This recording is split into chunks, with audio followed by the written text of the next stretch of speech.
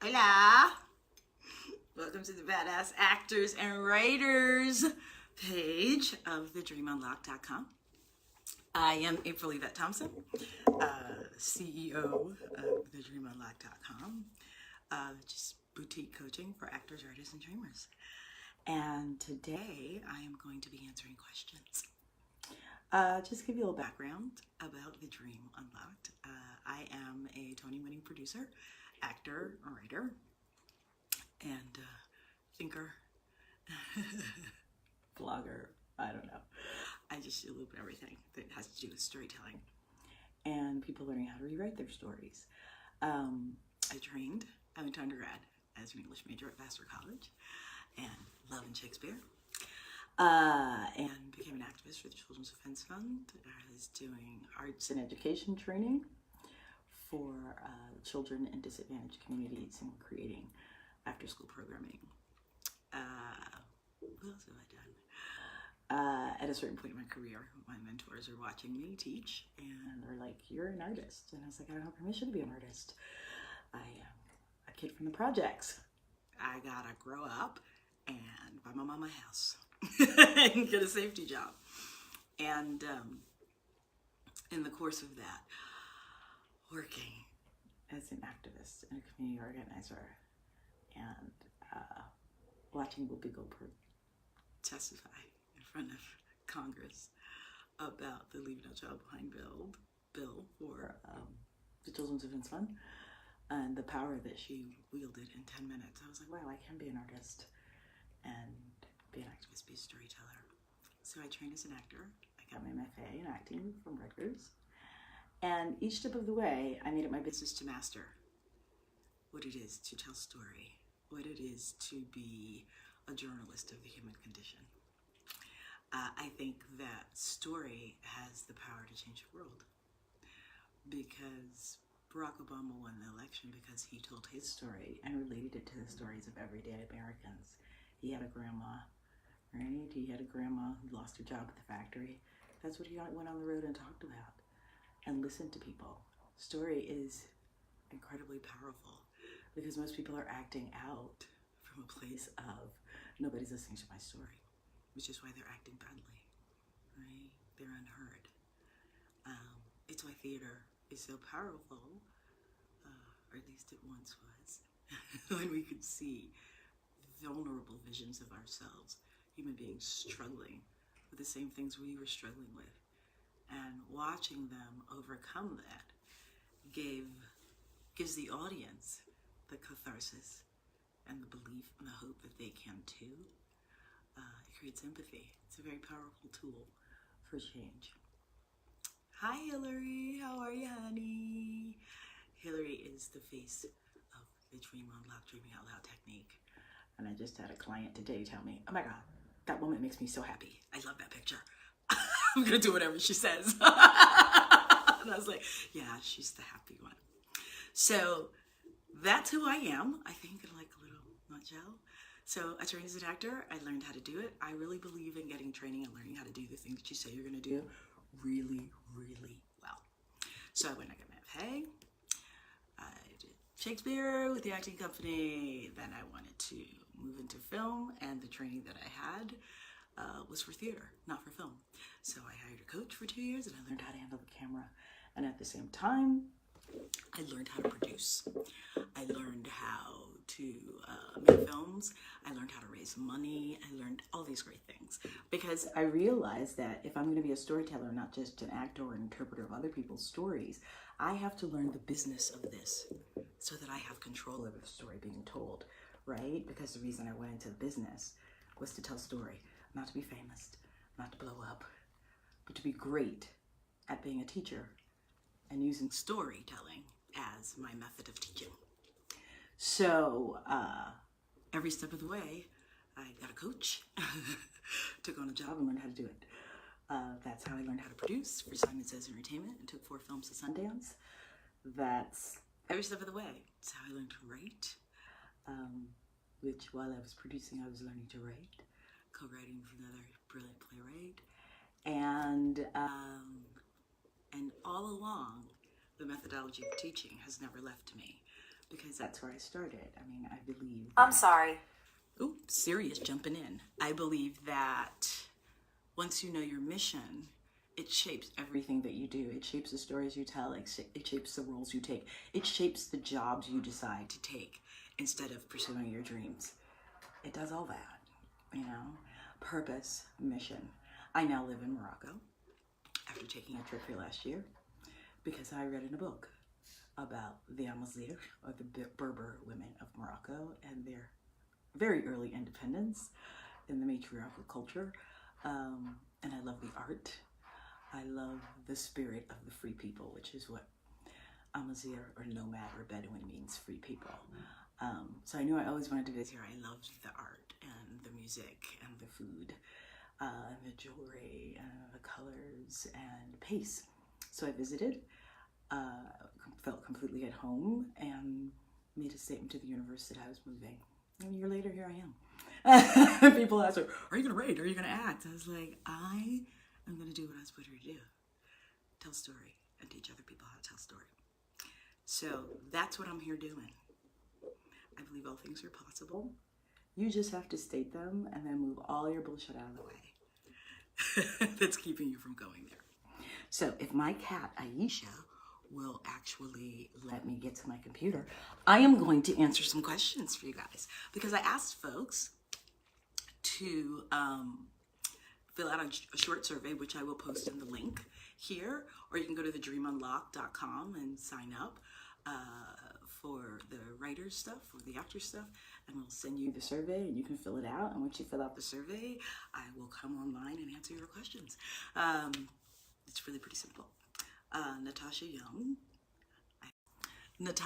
Young gave me some amazing questions, which are below this video.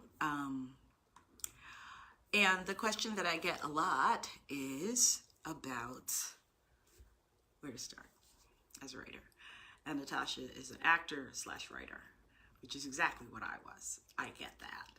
I get that you are going out for roles and you're like, this is cool, but I only got one good role, one meaty role, one role that moves me, one role that is in line with what I believe, my values, what I understand about the world, how I'm built emotionally.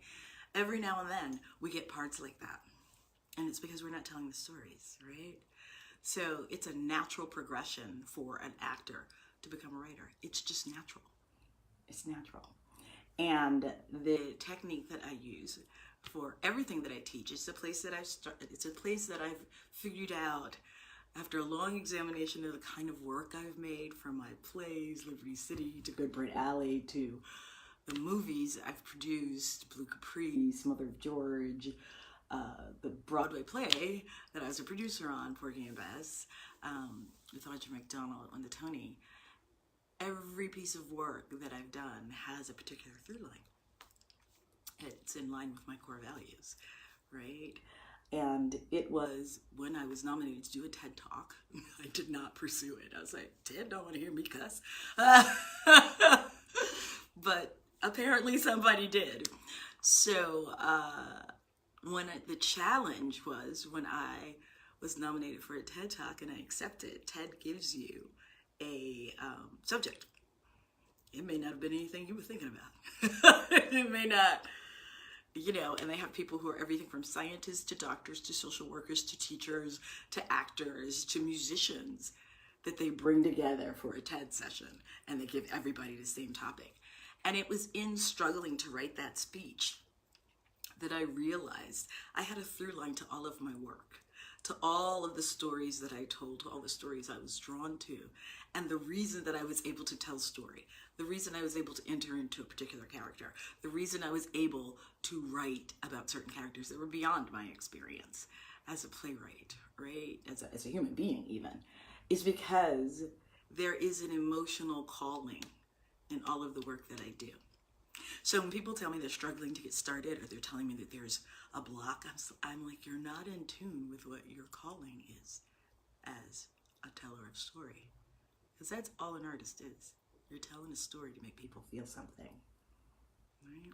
Whether it's a painting or a song, or the way you create your own online business, the colors you choose for your website, the way you approach people in your email sales, the way you approach a set of sides as an actor when you get sides and you have 15 minutes to figure out the whole life of a neurosurgeon that you've never been. The choices that we make, the dreams that we decide to pursue are all driven by our 4 major emotional cords. And that's what getting that assignment of the TED Talk was about. I realized writing came to me. My very first play that I wrote was produced off Broadway. That doesn't happen. And I realized that it was because I was writing from my deepest sense of self, by the deepest part of my core values were what I was writing about, right? Because I had figured out why I was put here.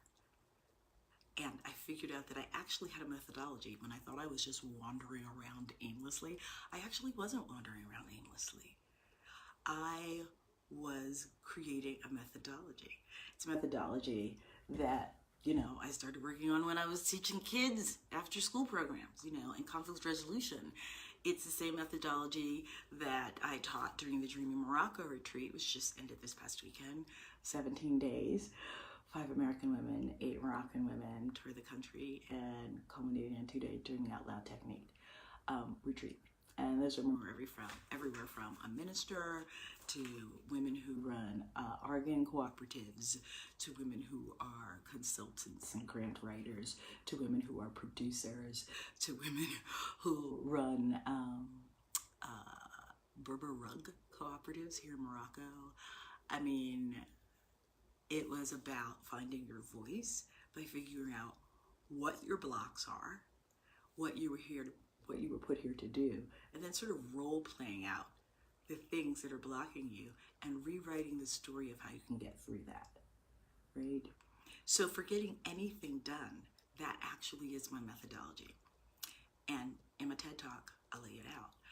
If you want it broken down, you can go to thedreamunlocked.com and sign up for the Dreaming Out Loud technique, and we will send you the mini course that breaks down the TED Talk step by step by step. But it's a 3-step process. And the first step is to get in touch with the things that call to you that you are ignoring. Say, because those are the things that you should be writing about, but you think there's a way in your head that it's supposed to come out of your mouth, so you're stuck instead of writing from your soul song, from the things that are inherently the life lessons you were put here to learn. And the Dreaming Out Loud technique is about sorting out what those life lessons story you make. That's it. It's the soul song you were put here to learn. It's your true node north. It is the set of conflicts that you were put here to resolve in this lifetime that you didn't get right in the last time. Or within your ancestral memory, it is the same mistake that your ancestors have been making over and over and over and over again for decades. And they have finally put together enough tools to give you the tools to move past that life lesson. That's what you're here to do. Once you figure out what that is, every decision you make in your life becomes easier. Every choice becomes easier. Every story that you have in your head that is no longer in alignment with who you are and what you're put here to do disappears. Writer's block disappears. The inability to remember your lines going into an audition disappears. The inability to leave a job that is drowning you and not serving your highest good and not paying you enough to live on. When you know why you were put here, all things that limit you become unimportant. It's easy to say no and walk away without explanation, because you don't owe an explanation to things that no longer serve you. That's not why you're put here, right? It's part of why I left America. What's no longer serving me for now. It might start serving me again later. My agent asked me about this. She's like, well, what are you going to do? That's like when somebody makes me an offer I can't refuse, I'll come back. But until then, that's how I'm running my entire life. I was put here to tell story. Anything that comes to me as an offer that's not in line with that serves no purpose. It's not a part of my purpose. So when the thing that is right for me, that is in alignment with my core values, comes along, it finds me, because that's what I'm sending out to the universe, this offer will be easy. It will be like the last acting job I got for it. I simply stated who I was by creating a website and went out in the world and did it.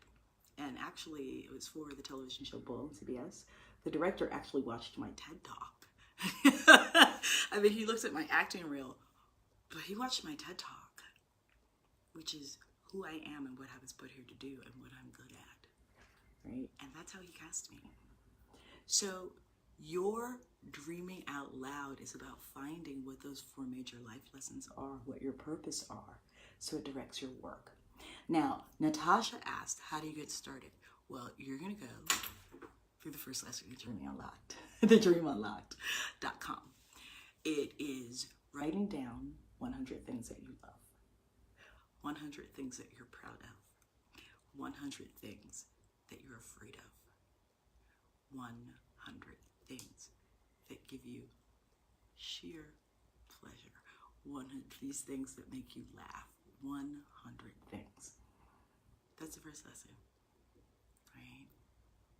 If it is hard to write these things that are your birthright, that's where you're getting stuck in the story of you. That's where you're getting stuck and trying to figure out, what is this job that I'm going to create for myself? What is this online business that I'm going to start up to get passive income? You don't know where to start. It's because you haven't sourced you, your greatest asset. You haven't taken a look inside and said, what do I love? What am I proud of? Because each one of those things is a story waiting to be told, right? And if you talk about 100 things that I love, you're going to talk about cookies and babies and ice cream, but you're also going to talk about your kid, or that story your mom told you about when you were 6 and you learned to ride the bike. And that's when characters enter. So you make these lists, these 100 things. Put them on little pieces of paper. You put them in your wish jar, your dreaming out loud jar, whatever you want to call it. And every morning you pick out a slip of paper and you record yourself telling a story. You can write it. I like recording it. Either way. Every day. It doesn't have to be complicated, right? You pull out one that says ice cream. Tell me a 60-second story about the last ice cream you had, right? And because when you're speaking or writing from some place that you're emotionally connected to, character and story happen naturally. So get out of your head about what you're supposed to be writing. I get this all the time from writers who are like, well, I want to write historical fiction. I want to write about Harriet Tubman. I want to write about Sojourner Truth. I want to write about, and I'm like, okay, why? What do you have in common with them? What do you have to illuminate about their lives? You're not them. And you don't know what you have to illuminate about their lives because you don't know the life lessons you were put here to figure out, right? So say I had a client today talking about one of his emotional cords, and he said that his cord was people with hidden powers. I thought it was so beautiful. Hidden powers. That he is drawn to stories about people with hidden powers. The unexpected hero. The one that everybody passes by and thinks are powerless, ends up being the person who saves the day because they don't carry their power around with a big sign and talk about it. It just is. And it serves a purpose. It's not about them. It's about the world. I thought that was a beautiful chord. So say that's your chord. Then if you decide to do a solo show or a play or a screenplay about Harriet Tubman, and let me tell you, scripts have been pitched to me. I've read some fantastic scripts as a producer about Harriet Tubman. Everybody enters that story from a different place. It's like if you watch the Che Guevara movie and then you watch Motorcycle Diaries. One's about when he was a young kid becoming the idealist, and the other one was about what idealism looked like in his midlife when he put it into action. Everybody enters the story of who they are from a different place, right? I recently had a client tell me that her emotional cord was feeling like she didn't have a voice. And I was like, so how would that impact you? What's your business gonna be? What is your business gonna be? She wanted to start an online business where she could teach something, but she said she didn't know anything. I was like, so if your emotional cord is you feel drawn to women who are in the midst of finding their voices, I think that's what you're doing with your life. And she's like, I don't understand. I was like, you're a singer. All of your songs of self-discovery. She's like, how do you know that? I was like, because I'm paying attention to what you're not. I'm paying attention to the story you're telling me of your life, the story you're telling me of you, the struggle you had to become a singer. And now you're going to get on YouTube and you're going to start talking to other women looking for their voice like that.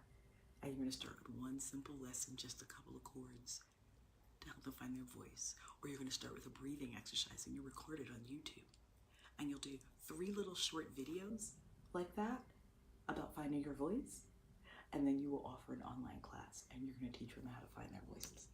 It's all within, it's already there. It's the same thing with writers.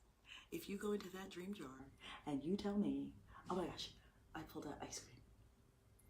And the story about ice cream that you tell me is about, you know, your 4th grade teacher who was the art teacher and the crazy macrame schmuck and a gray hair who would give everybody ice cream after they painted for the day, just expressing themselves. And then I say, okay, now tell me that story from her point of view. My crazy art teacher was Mrs. Marcus. Hi, April.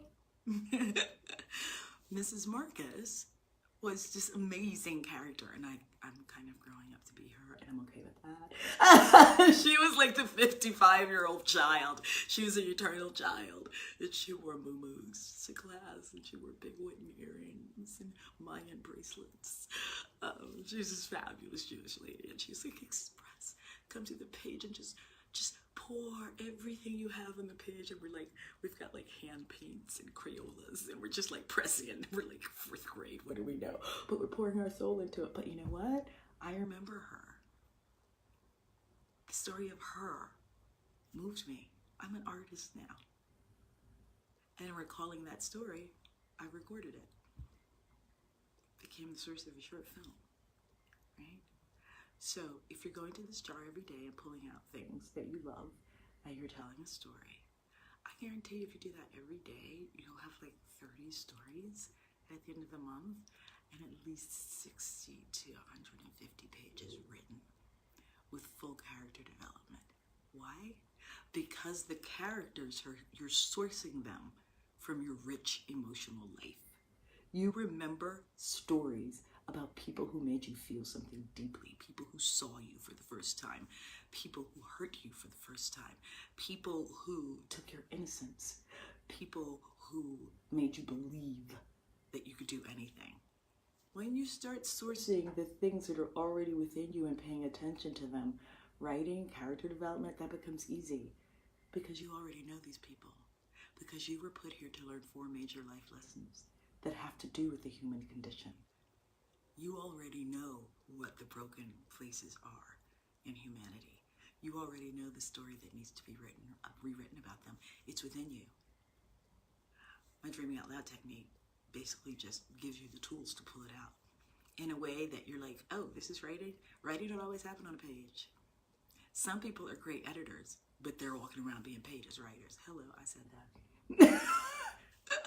That doesn't make them a great writer. It doesn't. Narrative structure, deep, complicated characters that come from a compassionate imagination, from someone who is compassionately and deeply examining the human condition. And then they learn the structure of storytelling so they can take that inner wisdom and pour it into a form that the rest of us can share in that story. That's what the Dreaming Out Loud technique is about. It's plain and simple. So that's where you start with character. Make those lists, pull them out of the jar once a day, and tell me a story about them. The first thing that comes to mind, if you belabor it, you're not working from your instinct and from your deep inner wisdom, which we all have, right? I'm just giving you that little push. I'm giving you permission to let it just blow out of your mouth and then trust that we'll put it into a structure. That's how I write. That's how I teach writing, right? It's I'm not imposing some technique on you. I'm actually listening to what you're offering and giving you a structure to pour it into. That's it, plain and simple. So, Natasha, does that give you a start? I'm gonna post this link here, and I want you to go in and do the first 3 mini courses here. Now, if you want some guidance from me to do this, sign up for my mailing list at thedreamunlock.com. Sign up for the Dreaming Out Loud technique for writers, or the Dreaming Out Loud technique for dreamers, or the Dreaming Out Loud technique for actors. And I will not only send you the mini course, there's a 3 mini course called Dreaming Out Loud technique, right? And then once you've completed that, I will send you the Dreaming Out Loud technique that is tailored to what your interests are. So if you're an actor, I'll send you that one. If you're a writer, I'll send you that one. If you are someone in midlife trying to create your own business and you're dreaming about it, I will send you the mini course for dreamers. So to recap that, you're gonna get this Dreaming Out Loud technique, the general technique from my TED Talk with all the 3 major steps. You have to do all those steps before you can move to the targeted, right? And in January, I will be releasing private coaching packages, an online class, and then a live class, a mastermind group with me. However, and it will be pricey. My client, Angela Lewis, who's the star of Snowfall, was like, you do this. And she took writing and acting with me. And the Dreaming Out Loud technique was, she has been telling me for years, you must organize this methodology and teach it widely. And so that's what I'm doing in the new year. Now, the good news is, I think it's $2,400, I think, for the live class. The good news is, if you act now before the new year, you'll get the discounted rate, which is the workshop version. We haven't put it into a set format yet. It's just the content step by step. If you buy it now, you buy it, I think, for a little under $1,000. It's a 12-month course. And it comes with monthly live Q&As like this one where you can comment or you can email us. Between now and January 1st, it will be at a discounted price. So tag me in the comments if that's something you're interested in. You gotta act fast, because there will be a limited amount of spots that I will give away at this discounted price. And again, it'll be less than $1,000. But it won't be that way in January. So, Natasha, you had another question. How do you balance being an artist who's a performer along with being a writer? Well, I actually pick one thing to concentrate on at a time. And I believe that you should master one thing at a time. Okay? So the Dreaming Out Loud technique, when you start writing about the things that you love, that you're proud of,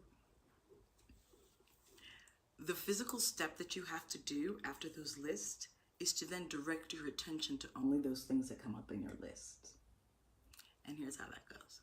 So I said, I want to play parts that little 6-year-old Black girls will watch, and it will change how they see the world. They'll no longer see the limits of the color of their skin. I want to do parts like that. So guess what that means? It means when my agent then sends me audition for a crack whore, I say no, because that's not in line with the things I've been dreaming out loud. See, because dreaming out loud is manifesting shit like a motherfucker. That's basically all it is. It's learning how to focus your attention on the things that are deeply connected to your soul song, that are the reasons why you were here. I am not here to be a crackhead on prime time. I am here to change little girls' stories about who they can be. So that changes all the things that I give my time to. All of them. All of them. I'm no longer wasting my time running to auditions. See, because I figured this thing out about acting and writing is that as a writer, you spend 25 hours a month trying to get produced. Grant applications, okay? Residency applications, going on writing retreats where nobody's paying you, right? Going to read-ins and all that free shit you do that you don't get paid for, that's actually not helping you become a great artist. That's kind of like what I figured out. It's not. Because the people getting produced, their first play they didn't get paid for. After that, they've been getting paid. I said it, right? The playwrights that are getting produced are getting paid and getting paid well because they expect to get paid. The actors that are on prime time are in prime time because they refuse to work for free. Did you get that? When's the last time you were in let's say a commercial audition or a pilot season audition? Let me tell you a secret. Psst, theater actors. When you go in for those auditions, you're the only theater actor. There might be one other. Everybody else are actors you've never seen before in your type. Why? Because people who feel like they deserve to be paid $10,000 a week to be on TV only do jobs that pay them $10,000 a week. I know this sounds miraculous. I just discovered it this year. I just decided I'm not getting out of bed for less than $10,000. When I decided that, I booked 2 jobs on offer to pay me $10,000 each. What you allow will continue. So there isn't actually a matter of feeling a tug of war between your writing and, being an actor. If you know why you were here, if you have sourced out the stories that you were meant to tell based on the life lessons you were put here to learn, then you will only have time to focus on them. Because every morning you'll be writing about them because story will be pouring out of you like Victoria Falls.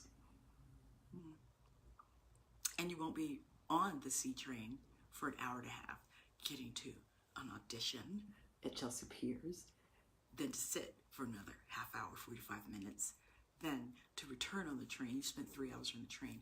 Those 3 hours on the train, you could have finished Act 2 of your play. See how that works? I actually sat down and wrote down the amount of time I spent doing everything I do, and I realized how much free time I had. I wrote down how much time I spent on the internet. I wrote down how much time I spent in social media. I wrote down how much time I spent on Joy. I wrote down how much time I spent preparing for auditions. I wrote down how much time I spent traveling to auditions. And then I wrote down how much money I made as a result of those auditions. Guess what? And let's not even get into free readings and workshops. Oh, well, then the playwright will see you. The playwright will see you and put you on another free reading, and then another free reading, and then another free reading, and then maybe 10 years down the road, they'll put you in the actual play or not. And when they put you in the actual play, you'll make $400 a week. So let's look at that for just a minute. So you've spent 10 years helping them to develop this for free. Countless readings. Let's just say, I don't know, that's 5 years of work in hours of time you spent doing those readings, doing those workshops, traveling to do that. You've given them 2 years' salary developing their play, so you could then do the play and make $400 a week. So if you're having a hard time figuring out writing, acting, it's because you're doing too much shit for free. And like I told Hillary Ward, like I told Angela Lewis and Modesta Lawson, get your ass to LA, do the work you were put here to do, and be paid for your work. There is nothing noble about not being paid for your talent. That's always my answer when artists tell me they don't have time, because that's bullshit. It's the same exact thing with my life coaching clients who are like, I really want to start this online business, but I don't have time, and I got to clean my house, and da-da-da-da. I was like, write down how you spent your time this week. Well, I was in church this many times, and then for my sorority, I volunteered for this, and da-da-da. I was like, oh, so you really don't want to have business. You want to do your church.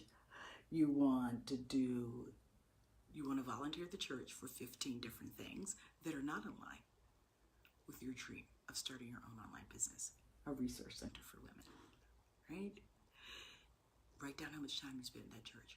Write down how much time you spent in that after-school program. Write down how much time you spent arguing with the same girlfriend who doesn't support you.